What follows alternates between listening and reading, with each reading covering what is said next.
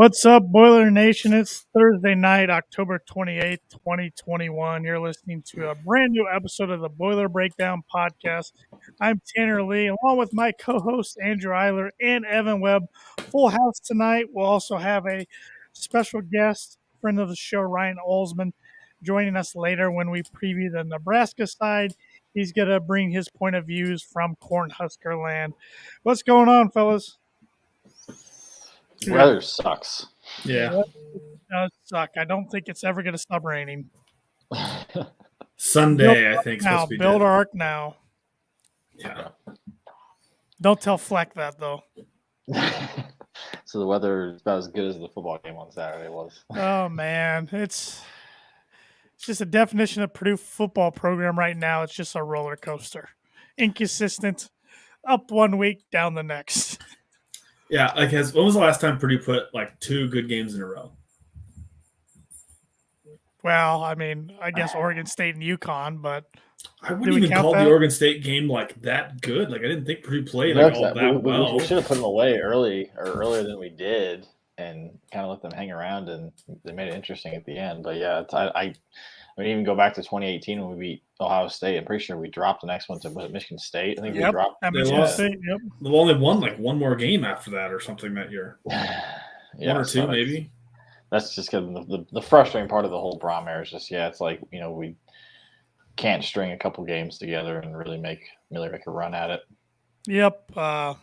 For those of you who don't know, I think everybody listening or watching this podcast already knows, but Purdue lost their 15th straight matchup to Wisconsin by a score of 30-13. So that's now, 4 of the last 5 games, Purdue scored 13 points right on the nose. Mm-hmm. With the defense scoring 6 of those, right? Yeah, and the defense helping and get a short field the other time. Yeah, 6 with the missed extra point as well. Blocked, missed. I don't know. Yeah, like I said, Tam, both times we scored, the defense obviously had a hand in the one, but then they got them good field position the other times. The offense really didn't do much in terms of driving and scoring like they had in previous games. And the defense kept bailing them out, especially the first 2.5 quarters. Yeah. I mean, the first half especially. I mean, one of the picks that Wisconsin returned to like the 3 that they just that the defense held them to a field goal. That was right before half. Yeah, which was huge. Supposed to be huge. It ended up not being. Looking back on it, I thought momentum, we killed a chance for momentum right away. We get them 3-and-out punt. We hit 2 first downs real quick, get down close to the red zone, not quite in red zone, and then O'Connell takes a big sack on 3rd down, which he had no chance to do anything. Takes us out field goal range. I mean, right there, I feel like if we can put 7 up on the board early, things might have been different. I mean, it's kind of similar to, the Iowa.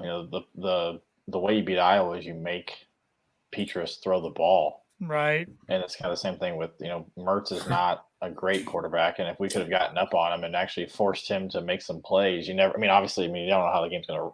But I like that. I like that option a lot better than them just running down our throat for 60 minutes. Right. I think what he only attempt 8 passes? I totally forgot about that until like right as we were about to go live. I pulled the box score up and I was like, oh yeah, 5 for 8. And I was like, 8. Yeah, because didn't they only converted 1 3rd down? It was like, well, if we got them to 3rd down, we were money, but that was the problem. We couldn't get them a 3rd down because even on the plays, like when the crowd's clapping on 1st down, like they still got 4 or 5 yards on 1st down. I mean, there was no stopping them on 1st down, 2nd down. In the second half. Second half, you're right. The defense played really well in the first half. They ran out of gas. That big run that Wisconsin popped from back in their own territory, like that 70-yarder or whatever, that kind of opened things up. I mean, it was 13-13 at halftime with George's fumble, scoop and score, which is awesome. Plus, the defense only giving up 13 points after how many? 2 picks in the first half or just 1? I mean, I feel like there were multiple. Exactly, I think there were multiple times that the defense was given short field and either stopped Wisconsin or held them to that field goal when they only gained a yard or even lost yards after that pick. I don't know.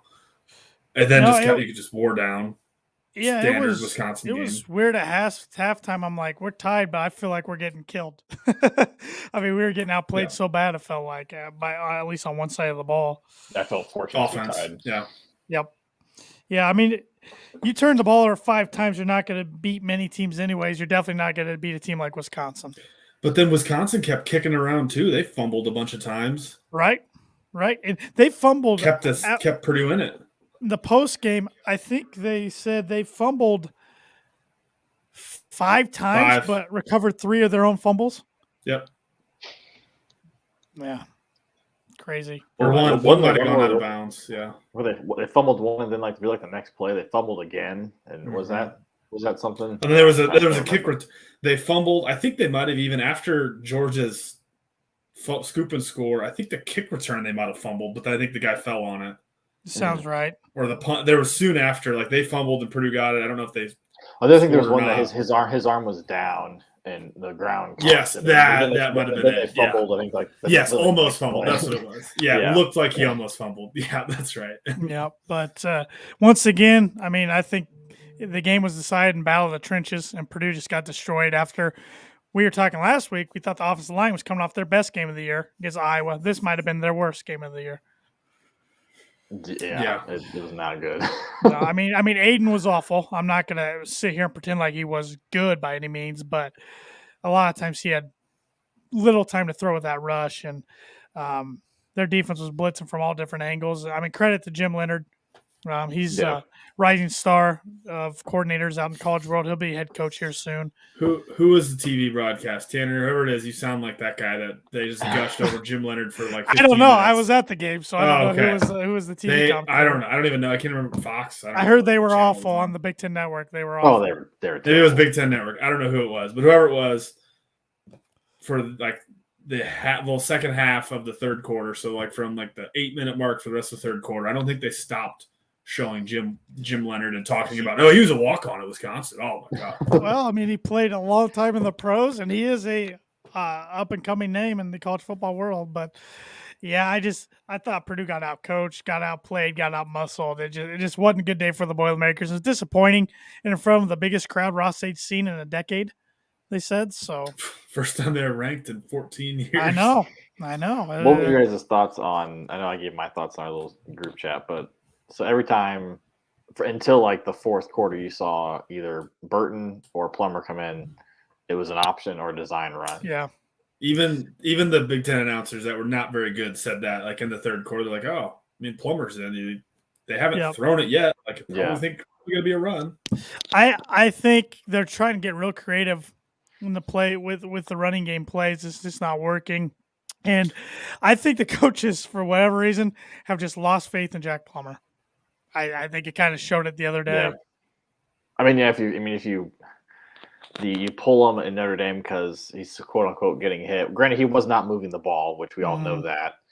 But then you stick with Brom's definitely been a guy to pull a quarterback after they make a lot of mistakes. So when you throw 5 picks or turn it over 5 times, I can't remember how many picks he actually threw, but 3, and he came out and said, O'Connell's a starter. Against at Nebraska, it's like, oh, okay, I can't say I'm, surprised that the Plummer is gone after the year, if not sooner. I mean, I get why you'd be frustrated.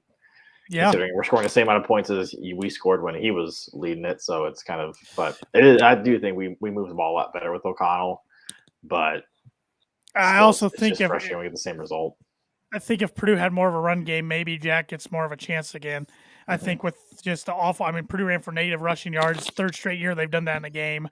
They just have no rushing attack right now whatsoever. So I think you got to go with your most accurate thrower, who the coaches say is O'Connell, and he does get the biggest chunk plays, but he was definitely off the mark. He also takes the biggest sacks. He does, because he can't move.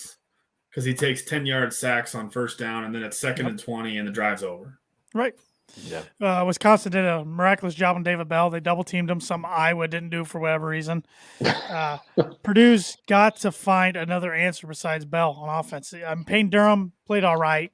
He had a couple bright moments. He had that one of Aiden's interceptions. You could argue Payne should have had the ball. He's done that a couple times this year. The defenders ripped it away. They ruled that a fumble. They did rule a fumble. Okay. Yeah, so it would have been 4 picks. Yeah. I did not realize that.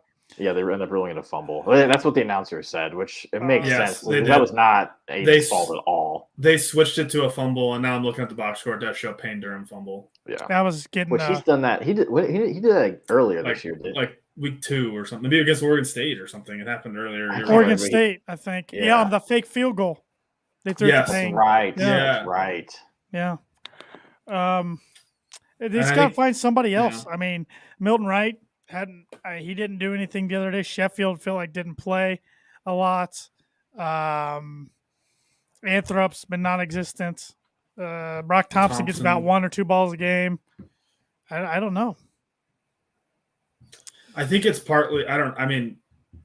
I don't even know. It's just maddening. The offense up and down, but. Got a big comment here from Skip, loyal viewer of the show, and he comments almost every week. He says, "Evening, Matt Millen made ears bleed." I'm really glad I didn't. Oh my god! Glad I was there. I can't stand his commentary. He was awful. But we learned more about our offense depth in this game, more so than the rest of the season. The click of 2 quarterbacks, you don't have one, but if you have 3, shake my head. Curious. Transfer portal. Eliminate clutter in QB room. Alimo probably thinking, I'm done if these 3 get used. If Horvath plays, we hold breath every hit. Yeah. I saw Brom said that Horvath they're optimistic. I think he can play this week, which, it's going to make me nervous. Yeah, optimistic this week or next week, he said on the radio show. Yeah. So, the QB situation is interesting because I'm already – in my head, I'm trying to figure out the QB situation next year. And I mean, every quarterback's got a chance to come back if they want, but there's a realistic possibility that all 3 quarterbacks that have been playing for Purdue as of late, all 3 might not be back. Yeah. I think if anyone's going to come back, I think it's O'Connell just because he's played the most, but I could definitely see Burton and Plummer gone, which, you look at someone like Alimo, and then you got Brady Allen coming in, which I have zero. I don't think unless he's just absolutely incredible. I don't see him taking the reins. Yeah, I'd like to see someone like Alimo take the reins, but it'd be a Purdue first, I think, at least in my lifetime, of a true freshman coming in and taking the job. Now he will be a mid-year enrollee, which will help, but I don't know. I think a lot of people are hyping up the kid, and to good credit, I think he's going to win Mr. Football, but. Yeah, I don't think he's going to come in and start right away next year. Skip comments in. I think Gus seems like he needs to be moved to guard with true freshmen coming in. Gus Hartwig playing center right now. Do we have a really good center? I can't remember what our class is like. I don't know if there really is a center designation. I feel like they have multiple guys who can play center if needed.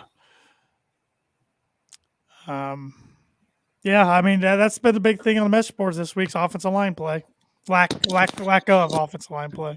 Well, did you see one of the updates was Witt was hurt, Greg Long was hurt. There was somebody else. I was like, oh my gosh, it's 3 of our 5 starting offensive linemen are questionable. Skip says Louisiana center coming in, stud. Biaggi at it again. Yeah, Louisiana's turned into a little nice little pipeline. Again. Turning to a true freshman on the offensive line is probably worse than turning to a true freshman quarterback. Maybe, I don't know. Hartwig played last year. He played all right last year as a true freshman. I think it's very few and far between. I just think physically, there's no chance going as an 18-year-old against 23-year-olds at Wisconsin's defensive line. Yeah, it was not a fun game to watch, to say the least, on Saturday. But I've just come to expect we're never going to beat Wisconsin again in our lifetime. So, I had expectations again. I did too. I know. I knew better. But it's just funny. Week to week, we're talking about different things every week. A few weeks ago after losing Minnesota, we got to win another game. Then we beat Iowa. It's we got a path to win the West. And then here we are again. It's can we get the 6 wins? Yeah, Purdue's gonna beat Nebraska. Yeah, I remember after the Iowa game, it was we can actually make the Rose Bowl. Goddamn Reese Davis on game day the other day picked us to win the West. Yeah. That was the kiss of death right there. I remember when Herbstreit did that in 2012 and to picked Purdue before the day before our Michigan game, picked Purdue to win the whole Big Ten and go to the Rose Bowl. Did you guys see the thing online? There's someone figured out a scenario where the entire I think it's the entire Big Ten West ties. Yeah, Iowa's got to lose. Iowa wins one more game and loses out. Yeah. A good question here by Skip. What happened to Mitchell? Thought he would be a weapon. I think he's been hurt pretty much all year. I think he only played a couple snaps against Wisconsin. I think they said he's been definitely. I mean, after saying last year, he thought with him and George was going to be an awesome kind of 1-2 punch, and he's just been a major disappointment. I mean, he had probably injury. He obviously had his whole offseason kind of in limbo of if he was even going to be on the team, and so that probably played it. I'm not sure if obviously that was anything even to do with his conditioning or anything like that. Yeah. Any more thoughts on the Wisconsin game before we move on and get our special guests in here to preview the Cornhusker game? I don't know why I ever have hope. Yeah, it's just Thorne and Purdue's side is Wisconsin. I'm sick of it. I hate playing them more than any other team. But also, it's weird because I also get especially years like this, I get really excited. So we're finally going to do it, and then it reminded, why did I think that? Especially I see the front seven. It's just so crazy. I know I texted you guys about this, but it's just so crazy that we're in the same conference, in the same division, but yet there's such a stark difference between the front seven. Oh yeah. I guess the front line of both teams. I mean, I get it. I mean, they just churn out NFL players, which helps. It's a 30-year process in the making, but it's just so frustrating that their offensive lines year in year out as big as other NFL offensive lines. Yeah. So, yep. Any thoughts? Any thoughts, Andrew? Before we preview the big matchup coming up Saturday against the Huskers? No, that was just. I don't know. It felt like the last 10 years. Skip's asking if Spartans beat Wolverines, will we play another night game? I don't think the Big Ten does night games in November. I could be wrong about that. I know they used to not. They'll schedule 3:30 games. Well, I mean, that also was because half the Big Ten used to not have lights. Right. So I'll save my prediction. I was going to spoil my prediction for the Spartans and Wolverines, but I'll save it. So, but if Michigan State wins and Purdue wins this weekend, the matchup's going to come out Sunday. I bet it would probably be an ABC game. Yeah. So, all right, let's bring in our special guest, friend of the podcast, Ryan Alsman, big diehard Nebraska Cornhusker fan. We've had Indiana fans on to help us preview the bucket game, but we've never had any other opposing fan on. So this is the first, yeah. This is a first. Welcome, Ryan. Hey, fellas, how are you tonight? Been better, Ryan. Been better.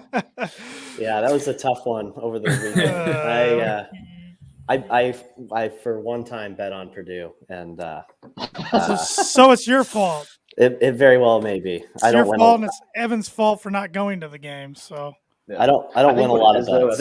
I think Tanner through the I'm there just as a buffer. So when I'm not there, and if I am there, it's just up to chance. But if I'm not there, then Tanner just curses everything because I've been to 2 games and we think we've lost.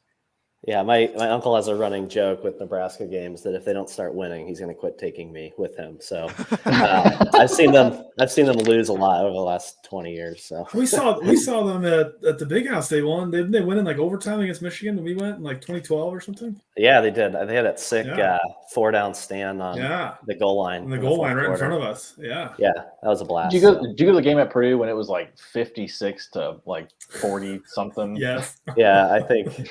Didn't Tommy Armstrong throw 5 picks? No, it was Riker Fife. Riker Fife, yes. It was his one career start, I think. The fifth string walk on or something. Hazel's best win. One of his 9. Only Big Ten win. Yeah, I want to say that was under Mike Riley, probably. So sounds right. That was a time period Frost. I'd like to forget. Hey, Purdue as well. Oh yeah. Well, at least your Huskers did not lose last week. They had the bye week, so. Yeah, I don't know. I never saw the final score of who won the bye. Did you have any major injuries? That's the real key because we definitely lost our bye week. As far as I know, Nebraska is very secretive with injuries, and so you never really know until really after the game. It feels like they talk. I think in that post-game presser, there's usually a lot more disclosed. So it does sound like Adrian's finally healthy again. He's had an ankle kind of bothering him. So hopefully that helps them out this weekend.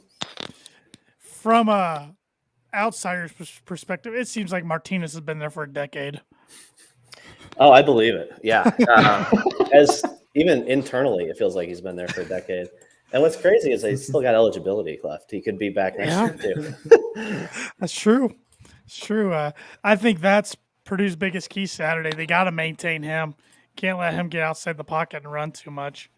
There's no other quarterbacks like him in the Big Ten, really. I mean, not on the West side, at least. Mm-mm. Yeah, it's really hard to do a stack ranking of Big Ten West quarterbacks who sits where. They all kind of have their pitfalls, so to speak. Mm-hmm. I really like Purdue's front seven, though. I think, or their front. So I think from a pass rush perspective, Nebraska's O-line's banged up, and so I expect them to get some pressure on the quarterback this weekend. Well, Karlaftis is going to probably be double teamed. About every team that faces Purdue double teams him. And I mean, why wouldn't you? I mean, Purdue doesn't have another guy that's proved that they can kind of take over a game besides George. So you take George out of the game, then you're usually sitting pretty good. But I don't know. The one thing that bothers me, and I haven't watched a ton of Nebraska, but does Nebraska have a deep passing attack at all? I would say their closest thing would be Samori Toure. He's a transfer out of Montana or Montana State. I can't recall.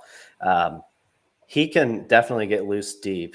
They like to run, get the ball to him in space, but a lot of times he'll come out of the slot. I also think watch out for Omar Manning. He's got big play potential, but they just don't. I don't think they have strong enough pass protection to make that happen, to be totally honest. So that seems to be Purdue's weakness, almost except against Wisconsin. When Wisconsin only throws 8 times, they didn't have to worry about getting burnt on a deep ball. But I mean, Minnesota got Purdue on deep balls. Notre Dame got Purdue on deep balls. Iowa didn't, luckily, but it seems like every game they've lost, they've got burnt in the secondary. Yeah, I don't think you'll have to worry too much about that. I would be more focused on containing number 2. Yep. On the flip side of the ball, we were just talking. There's a possibility Purdue could get their number 1 running back this week, Xander Horvath. He's been out since week 2 with a broken leg. I believe he is practicing or trying to practice this week. But if he can't go, all Nebraska's got to do is double team David Bell, make somebody else beat you because Purdue's got to throw it 95%.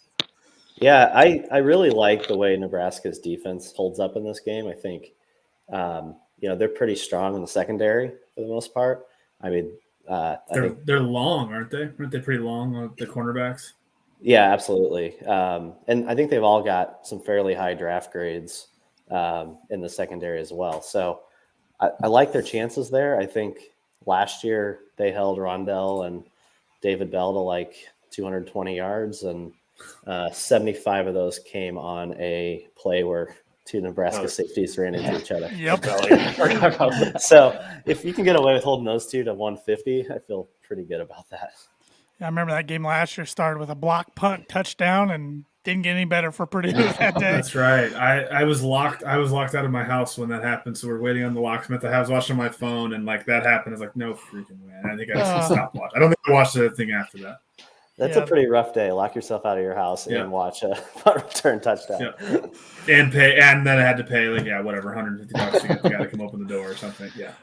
So what are your thoughts on the Cornhusker season up to date? They've been in a lot of games, I think. Sure have. That's been a positive, but it's been so frustrating just to see them kind of trip over themselves at Minnesota and at Illinois. I think it's a pretty similar story to what we've seen under Frost, like they kind of can't get out of their own way. They don't seem to make the big play when they need to. And if they get out to an early lead, I feel like they're usually in pretty good space, but getting out to an early lead has been a challenge. And then coming from behind, it just doesn't feel like they make the play. Yeah, it definitely seems like they're built more to get a lead if they can, then sustain it rather than, catch up from behind with some offensive firepower or anything like that. What's the feeling amongst the fan base for Scott Frost right now? I mean, are they still? Does the majority still, patient, or are they kind of getting at their wits' end, like things need to turn around here soon? I'd say before the Minnesota game, it was much more relaxed. I think people really appreciated. Fleck will do that to you. Yeah, kind of the trajectory that they were headed in. Hanging tight with Michigan State, and then Oklahoma too for a while. Yeah, having chances at Oklahoma as well. So I think for the most part, going into that Minnesota game, the hot seat had cooled, and then they go lose to Minnesota, and it sounds like the fan base is split again. I personally believe that he's probably set for another year. I think they just brought in a new AD. He's a Nebraska guy as well, and so I think his ties to the program, Scott Frost ties to the program. I just feel like he's going to handle it kind of sensitively. I kind of figured he'd probably get one more year, no matter how this year ends up, and then next year's going to be real crucial for him. Yeah, and I think next year the schedule lightens up a bit. I don't believe they go to Ohio State for what feels like the first time in a decade. I'm so tired of losing to Ohio State by 4 or 5 touchdowns. So that's an exciting thing. It's funny to kind of follow that discussion within the Nebraska fan base. There's some fans that are frustrated with scheduling. My viewpoints, I like being in those big games, even if they're not competitive right now. Yeah, big games, big stage. Yeah, I've got Nebraska schedule for next year, and you put your non-con's pretty. You play Oklahoma again, but you start out with Northwestern and Dublin. That's pretty cool. Yeah, back to week 0 again. Yeah. Week 0 makes me nervous. You play North Dakota, Georgia Southern. You're at Rutgers, at Michigan, at Wisconsin, at Iowa next year is your away game. So some tough ones, but you don't play at Purdue. Home against Purdue next year. But yeah. Back-to-back home games against Purdue? Yeah, what? Shouldn't they be at Purdue? They have to be at Purdue, right?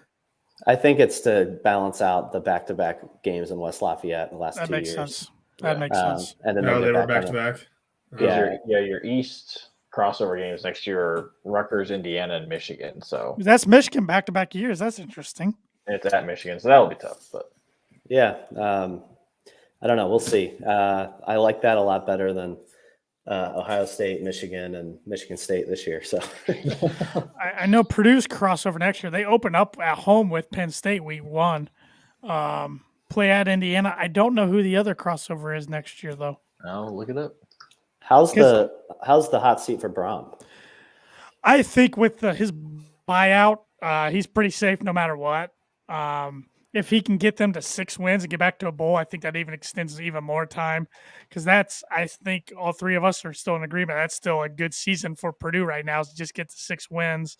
And looking at the schedule, they still have a good opportunity. I mean, I think they got an all right shot to win this week. It's not going to be easy, but on paper, it's almost pretty even. Michigan State will be tough next week at home, but I still think they're the 3rd or 4th best team in the conference, even though they're undefeated. At Ohio State, throw that one out the window. But Nebraska or Northwestern at Wrigley and then Indiana at home, I think they got really good shots to win those 2. So, yeah. Brom should be safe for, I would think, even next year. Like, something would have to go disastrous next year, even. But I mean, his seat could get warm next year. I mean, he does have 2 of the biggest wins in program history in the last 3 years. And got us ranked. And he's producing, for the first time in 14 years. True. He's getting some guys that are jumping early in the pros, which is pretty rare in Purdue history.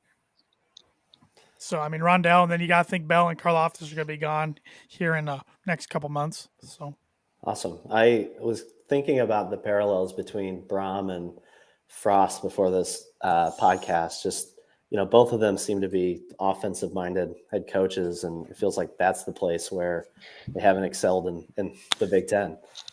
No, yeah. I mean, we were just talking about excluding the Iowa game. Purdue scored 13 points around the nose 4 of the last 5 games.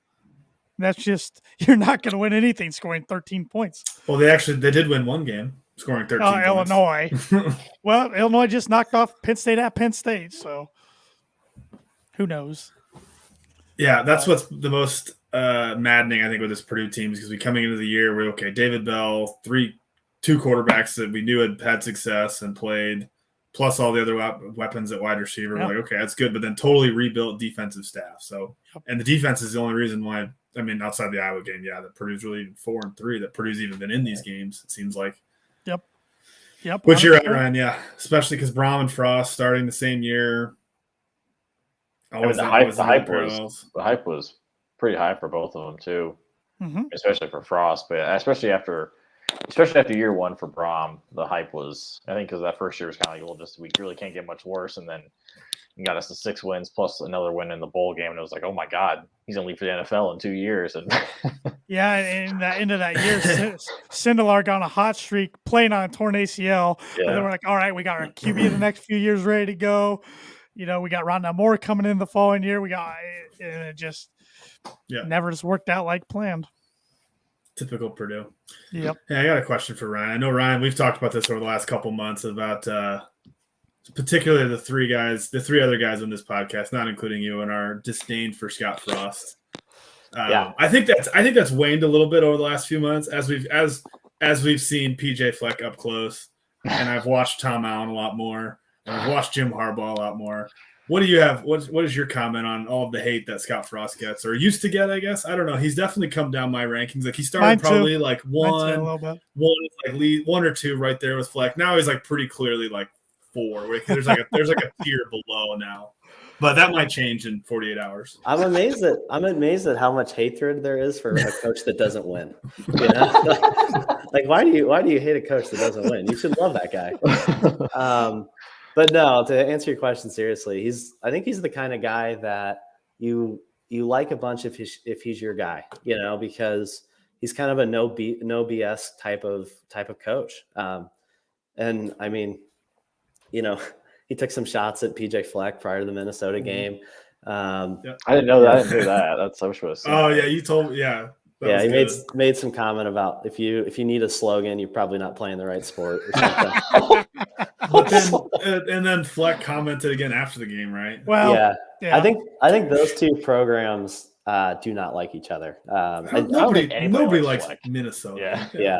But I actually seem to like the guy. Like listening to him every week, he's pretty straightforward. He's always got a big dip in when he's doing his presser. So he's a real. He's like the perfect fit for Nebraska. Camo hats and dip, and it just seems to fit. One of their own. That's right. Yeah. Speaking of Fleck, real quick, and its slogans and stuff, I don't know if I was on Amazon or what the other day, but recommended book for purchase was PJ Fleck's book. I'm like, hell, it's not. I'm not buying that thing. Not kidding. I don't know. It's been a while since you guys have played Jim Harbaugh. I think he was pretty intolerable a couple weeks ago as well. That's true. Purdue hadn't played Michigan since 2017. They were supposed to play him last year. That didn't happen. I don't know when the next time they play him. They haven't been to the Big House since 2012. Wow. And the last time 2011, excuse me, is the last time they've been to the Big House. And the last time Purdue played Michigan was 2017 at Purdue, and all Harbaugh did was complain about the visitor, the visitor locker room is a dump. I've been in there. It is a dump. But all he did was complain about that and the facilities and everything. The training, because he complained about the quarterback that got carted off to the – yes. Or he had to walk off or something. Right? He walked off, but they complained about that. It's like, he walked off. It's your training staff. Yeah. He just cried and cried and cried. I think there's a lot of unlikable coaches in the Big Ten. Because that was. Yeah, you're right. There really is. Because Tiller had just passed away, or I think had recently passed away, and he was supposed to be there because they were celebrating the '97 team or something like that. Because Breeze was there, and so it was kind of the first time we had to celebrate Tiller. But yeah, that was like it was a homecoming game, and it was like really the first big game I think in Braum's tenure because we had started off pretty good. Yeah, it's for some reason Michigan's one program. It just seems like Purdue never plays anymore. I mean, they have not been to the Big House in a decade. It's just crazy to me. I don't know, but yeah, I think some of that stuff too is like very engagement centric as well, right? Like, sure. I think Nebraska has like super engaged fan base that they're going to respond to Twitters. They're going to click the link to the article. Right. And sometimes I think the media kind of plays that up a bit. Sure. short Oh, yeah. headlines and Sure, they want the those types of things. clickbaits. They want the clickbaits. True. Yeah. Yeah. I mean, I'm sure it Nebraska, happens to Ohio State and Michigan too, right? And Purdue. Nebraska's a storied program. They're one of the most.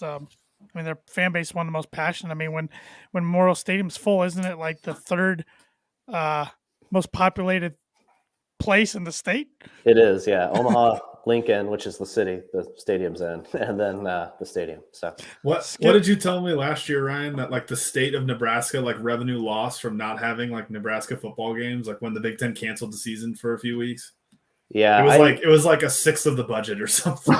Yeah, I want to say it was like I don't remember the exact numbers, so this could be way off base, but I want to say it was close to $100 million. Yeah, I remember it just being a stupid amount of money for the state. Yeah. So a lot of the pushback around kind of scheduling this year was also, I think, focused on just trying to generate more revenue for the state. At least that's what we're being told. Who knows? Got a hate list here from Skip. He says number 1 for him's James Franklin at Penn State.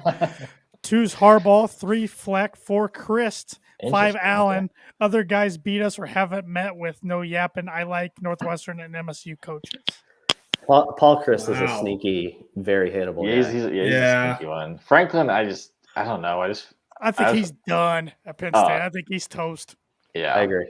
USC. Lose to Illinois, and then you make that flub about you're preparing for Illinois when you're preparing for Ohio State, and you're going to play at the Big House. And all the while the rumors are circling through, they're looking at the USC job, which I believe he made a comment today or yesterday. They asked him about something, and he said he likes it at Penn State, but there's a lot of moving parts. It's like, what's that supposed to mean?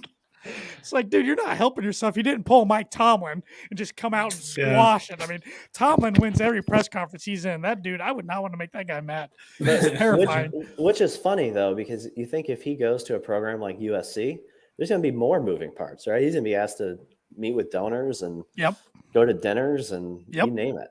So, I don't know. But, yeah, Franklin's an interesting one. Chris, but yeah, all the others he named, I don't like those guys, and I really don't like Fitzgerald anymore at Northwestern. I used to, but he's kind of went old man angry at the clouds the last few years. So, yeah, I have no problem with Mel Tucker. He's too new at Michigan State. Yeah, I don't have an opinion because I couldn't picture him. I couldn't maybe tell you after is it next week we play them next week. Yeah, exactly. He'll be down there like number 1 or 2 probably in 8 days. Just give it like 2 years and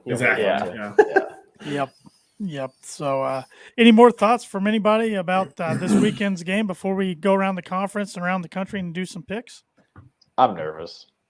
Oh, I'm very nervous. Yeah, I'm back to no expectations. How do you feel, Ryan? Same.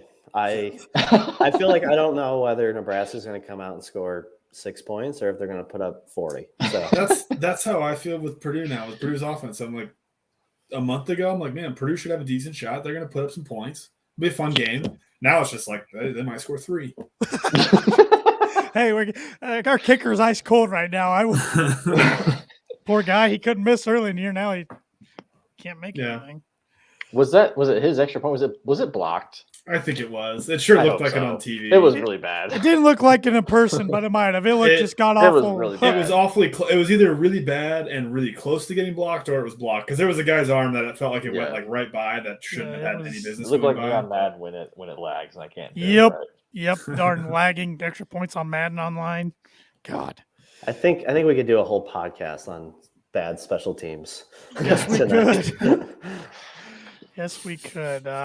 Going around the Big Ten, we do have some interesting matchups this week. 6-1, number 9 ranked Iowa at 4-3 Wisconsin. Wisconsin is a 3.5-point favorite here. At Camp Randall. I don't know who I want to win this game.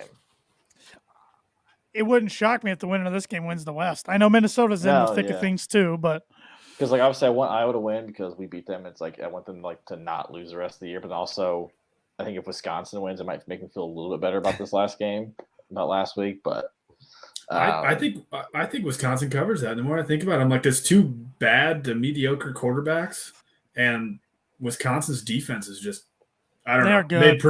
Made Purdue look really bad offensively. But Iowa Iowa's last time out lost to Purdue. They got a week extra to prepare for this game. They got a good defense still. This could be a good defensive matchup.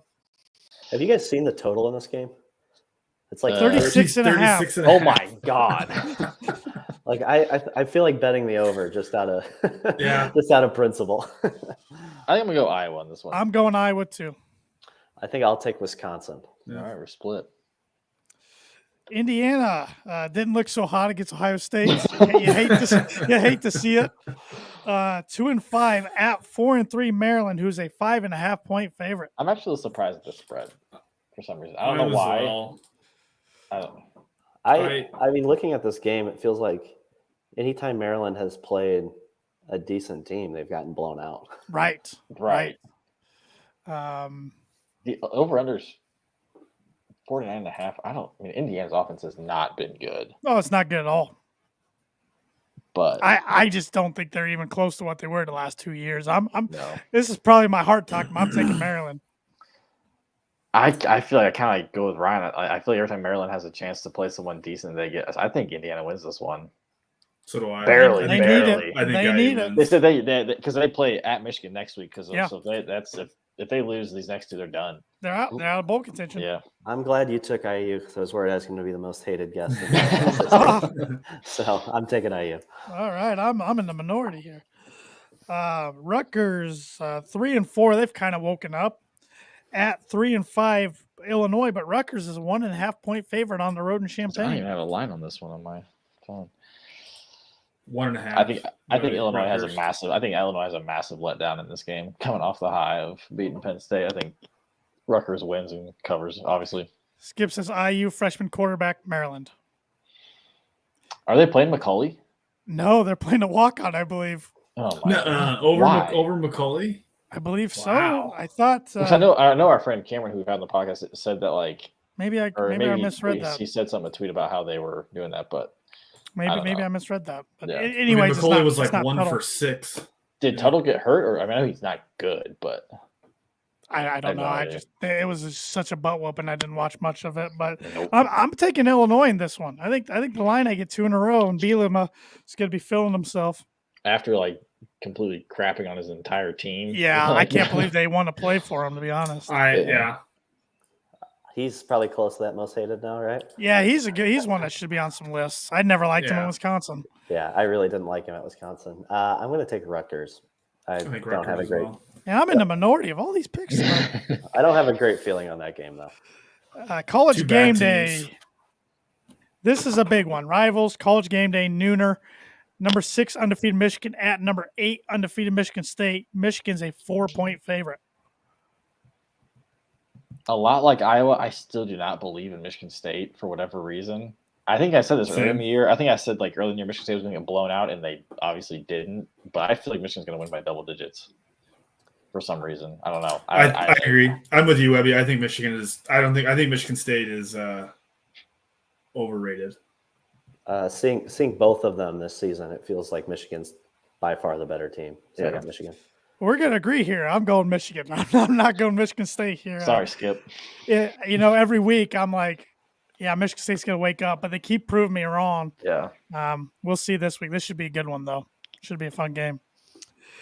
Minnesota, 7.5 point favorites at Northwestern. Minnesota is 5-2. Northwestern is 3-4. I think Minnesota goes away with it. They'll become bowl eligible already. Yeah. Yep. I agree, though. I don't think Northwestern's very good at all. I so badly want to say Northwestern, but I think you have to say Minnesota. I keep waiting for Minnesota to have a letdown game, though, and it's just not happening. Well, they did against Bowling Green, but ever since then, they've kind of woken up. Because they're rowing that boat. Somebody needs to pull the plug on it. All this crappy Midwest weather. You got plenty of water for it. 5-2, number 20 Penn State at number 5, 6-1 Ohio State. Ohio State's 18.5 point favorites. Ohio State's getting scary. They're really scary. Their offense is a juggernaut right now. Yeah. I think they cover pretty easily. I do too. Yeah, it's going to be interesting to see what the. I don't know about easily, but I think they cover that. Yeah. Well, I think they. 20. You think they're going to win by 30? I guess I'd say easily. I mean, they scored 50 unanswered against IU last week. I think they win by 24. Yeah, in Yeah, like it was a very quarter and a quick. half. I've got Ohio State. Yeah. Going around top 25, number 2, Cincinnati, 26-point favorites at 1-6 Tulane. Oh God. Cincinnati struggled with Navy last week, though. Yeah. But Hey, maybe. Tulane almost beat Oklahoma, right? Yep. Yeah, Cincinnati. I think Cincinnati covers. They need to start covering games like these. They need to make statement wins. Yep, I agree. Texas 4-3 at number 16, 6-1 Baylor. Baylor's a 2.5-point favorite. I've got Baylor. I don't think Texas is actually good. So Texas they're is not not- back. yeah, So they're not back. Okay, just clarifying. I don't know where they're at, but they're not. 4-3 Texas. Baylor for sure. Yeah, Baylor. I'm taking Hookem in the upset. I've picked them quite a bit this year on the podcast. It hasn't gone well for me. One of the most disappointing teams in the country here. 3-4 Miami, Florida at one of the most surprising teams, number 17 ranked, 6-1 Pittsburgh. I cannot believe that the ACC championship might be Pittsburgh versus Wake Forest. Wake Forest. Kelly Pickett, man. If Pittsburgh keeps winning, you got to throw him in a Heisman race. He's pretty good. This is wild. Yeah, Pittsburgh. I think Pittsburgh wins pretty easily. I mean, they are fun to watch. I'm on Pitt. Number 22, Iowa State, coming off a big win. Not upset. They were favorites. Big win over number 8, Oklahoma State last week. They're 5-2, traveling to 3-4 West Virginia. Iowa State's a touchdown favorite. They win that easy. Yeah. West Virginia's not what they once were. I'm going to say Iowa State wins, but does not cover. Okay, close one. Number 7, Oregon, 6-1, hosting 2-5 Colorado. Oregon's a 24-point favorite. This is an early game for the West Coast. This is a what 3:30 Eastern. Yeah. Yeah, so 12:30. Yeah. Wow. No Pac-12 after dark. That's sad. Oregon, yeah, I think they cover. I'll say Oregon wins, but they don't cover. Let's go Buffs. Oregon. I'm gonna go. Yeah, let's go Colorado. Oh, we're going to upset. No, Wow. no, I'm kidding. I I'm kidding. thought he said Colorado to win. I'm like, wow. I know. I was like, yeah, let's go. No, I don't think they cover though. I don't think Oregon covers. That's a lot. 5-3 Texas Tech, who fired their coach earlier this week. Wait, I didn't even see that. It was nothing to do with COVID either. They fired their coach. Wow. Like Washington State. You mean Washington State fired their coach because of COVID? Yeah, but Texas Tech was not COVID They're related. not. They just fired him. Matt Wells. I don't know why they did that. 5-3 at number 4, 8-0 Oklahoma. And Oklahoma's 19.5-point favorite. You say Oklahoma, but they don't cover. Same. New coach. Are they going to get him going? I don't know. I think Oklahoma covers that. I think Oklahoma covers as well. Skips says, off to watch Rondell. Cards versus Packers. Peace out. 7 days till basketball. Amen. Getting close. The world's largest cocktail party down in Jacksonville, Florida. Number 1, Georgia, 14-point favorites against 4-3 Florida. I think Dan Mullen, watch for his seat to get pretty hot. I think Georgia rolls.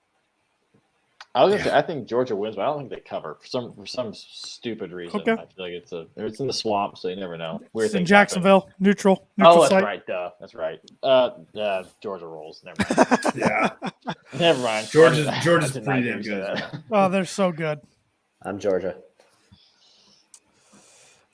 This one shouldn't be much of a game. 3-4 Duke at 7-0, number 13th ranked Wake Forest, 16-point favorites. Yeah, Wake Forest. Wake Forest is fun this year. It's crazy. That over under is 70.5. This Wake Forest puts up points. Yeah. 70. I've got Wake Forest. The 1-6 Kansas Jayhawks travel. Whoever they're playing. How many games has Kansas won? Are they at Darrell Hazel levels of 9 wins? in Yeah, they're bad. 5 Yeah, years. so bad. What was it? Was it 2012 and they won like 11 games or something like that? Didn't they win? I think I was back in like 07.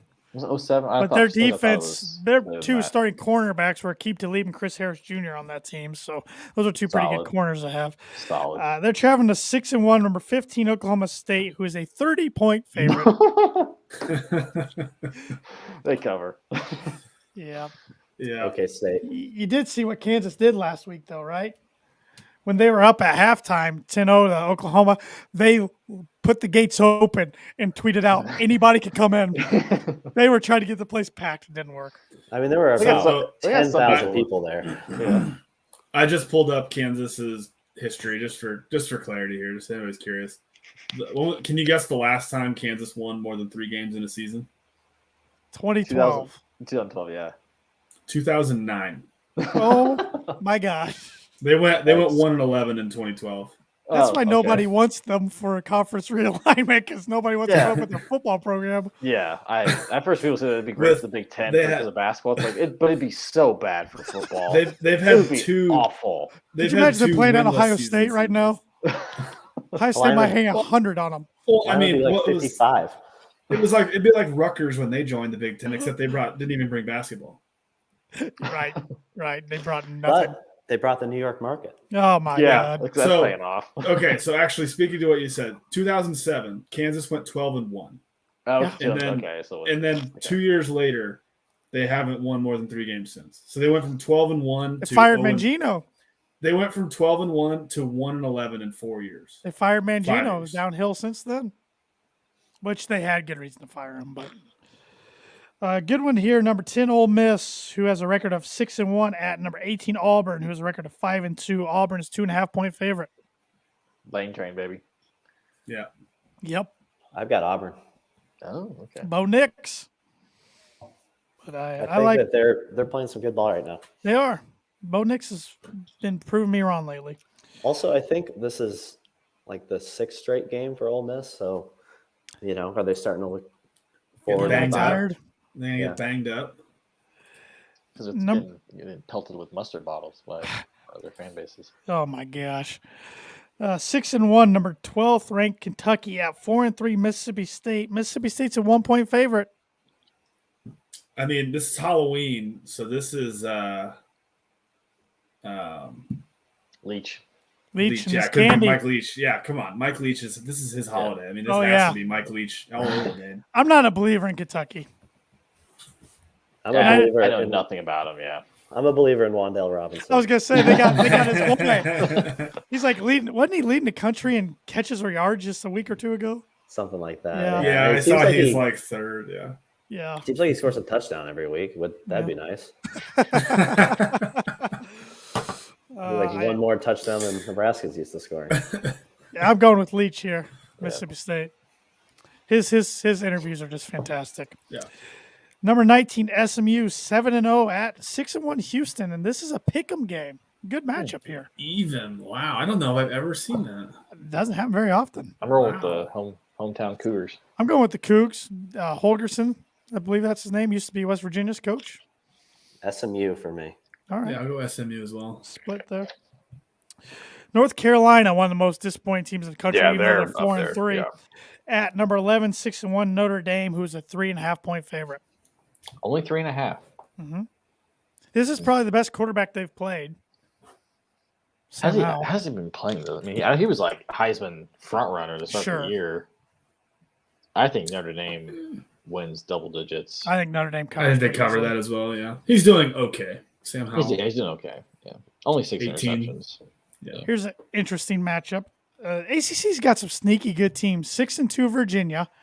Bronco Mendenhall making his return at his old school, number 25 Brigham Young, who's 6-2, and BYU is a 2.5-point favorite. I'm picking the upset. That's a long way to travel for Virginia. It is. It's a very long way to travel. I think Especially late in BYU the covers year, that. scheduling. Yeah. I like BYU. 10-15. There's your after dark. 10-15. 10-15. I'll take Virginia. There we go, Here- Ryan. Wow. Here's another good after dark. 6-2 Fresno State at number 21, 7-0 San Diego State. And San Diego State's a 1-point favorite. Give me the Dogs. Fresno. Yeah. State. I know.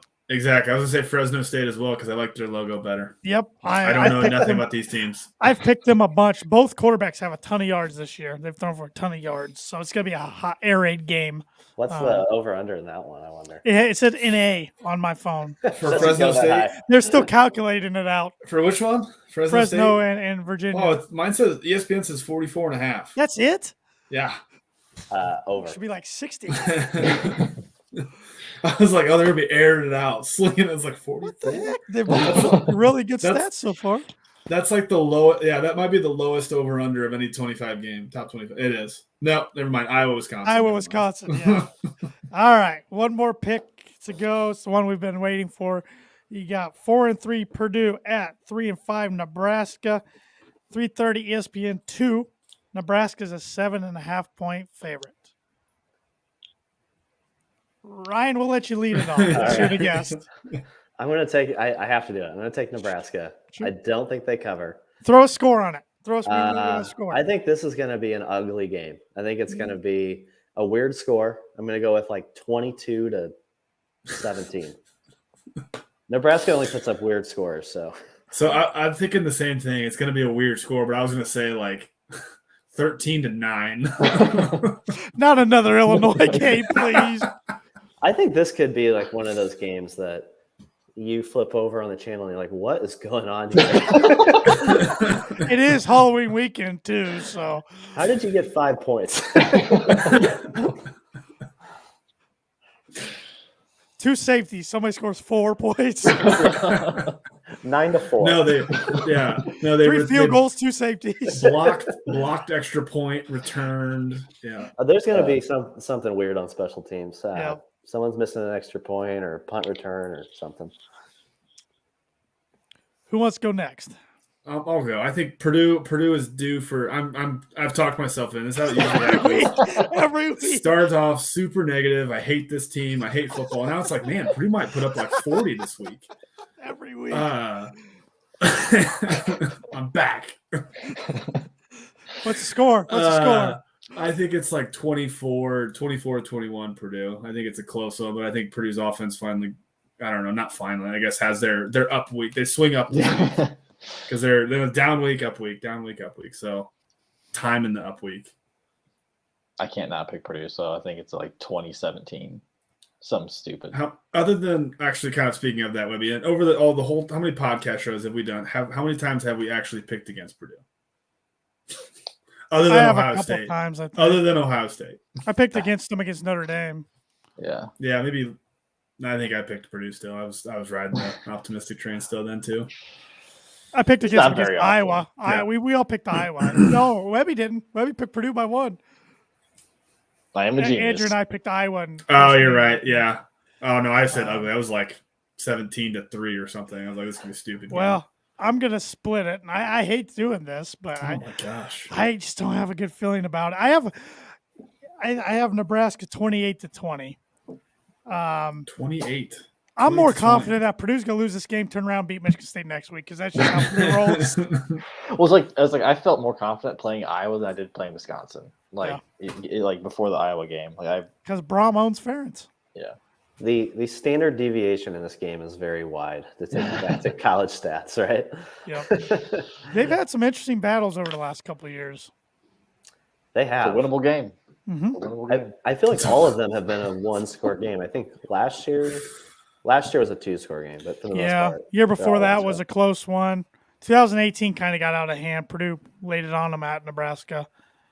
And then 2017, Nebraska and Tanner Lee broke Purdue's hearts late in the game. The defense couldn't get a stop when they needed to. That's right. On the drive at night game. Yep. So, and then then before that, Hazel, a few of his teams battled, but he did beat Nebraska once. But they battled at Memorial a few times, but didn't come out on top. I think Nebraska was the first game after Hazel got canned. Jared Parker. That's right. So they fought. So Nebraska was ranked really high that game. Yeah, we fought for the first half, and then the talent level became very. Was that when Nebraska went to the Big Ten championship with Amir Abdullah and? No, I think this would have been later. I think this is when they were This was 2016. Yeah, okay. They started out 7-0, and I think they finished it. 7-5, 8-5. I remember 8-5, something like that. Yeah. back in 2014, Purdue went there, and Danny Inthrop was becoming a weapon, and then he blew his knee out and was never the same after that game. Yeah. Weird things I remember. I feel like there's always a weird injury in this game too. Well, I hope nobody gets injured for either side. Same. That would be nice. Any more thoughts from anybody before we wrap this thing up? I look forward to chatting with you guys on Saturday. Yes. Hopefully it's a good one. Hopefully everybody gets out healthy, and hopefully it's an entertaining game. Hopefully it's fun to watch. Hopefully it's not a 9-6 battle or something like that. Did Purdue and Butler play in the Crossroads this year? They do. Yeah. Let's reconvene again. Andrew's favorite game of the year. Yeah, we can have Andrew. That's a fun one for Andrew to get on to talk about. So last year of the Crossroads, I like that. Let's do that. Let's get Ryan back on the week of the Crossroads. Let's do it. Good thinking, I'm Webby. definitely gonna miss the Crossroads. Yeah. I'm not. I hate that son of a bitch. Even though Purdue's done better lately, but my God, for a while they couldn't win a game at all. I remember one year I'm like, replace us with Evansville or IUPUI or Valpo. I don't care. Get us out of this thing. I want the game that I leave at halftime. Oh man. But Indiana didn't want to be in it anymore, so they ruined the fun for everybody. I think they said Notre Dame also won out too. Well, Notre Dame has like 3 fans. Yeah. So. But they're also the IU fans too. So. Yes. Because they got the nice reversible jackets that will be coming out here shortly. So, yep. But that's going to do it for our podcast. I'd like to thank our sponsors, The Shop, Mad Mushroom, Webb's Family Pharmacy, and Schroff Landscaping Nurseries. You can get $5 off any order over $20 at Mad Mushroom using discount code BREAK5. You can get 25% off any order of The Shop. So, Ryan, go get yourself some Butler gear from The Shop. I've got a couple shirts. Use a discount code BREAKDOWN. You get 25% off. They released a really cool Larry Bird Pacer shirt this week. Yeah, when he was a coach. That was a cool one. Yeah. Got a lot of cool Colts stuff too on there. And a DePaul and Wabash shirt today they released, I saw. Go get your flu shot at Webb's Family Pharmacy. I got mine yesterday. Shoulder's feeling great. And then for all of your landscaping needs, contact Schroff Landscaping Nurseries because it is that time of year. My yard looks like crap. So I need to get a hold of them ASAP before the snow starts falling, which knowing Indiana could be any minute. So, yeah. I thought it was snowing earlier. I walked out of the food and I was like, is it freaking snowing? But that's going to do it for our podcast. Give us a rating and review wherever you listen to your podcast. Give us a follow at Boiler Break Pod on all the socials. And until next week, let's boiler up, hammer down, and beat the Cornhuskers. Boiler up. Any acorn's better.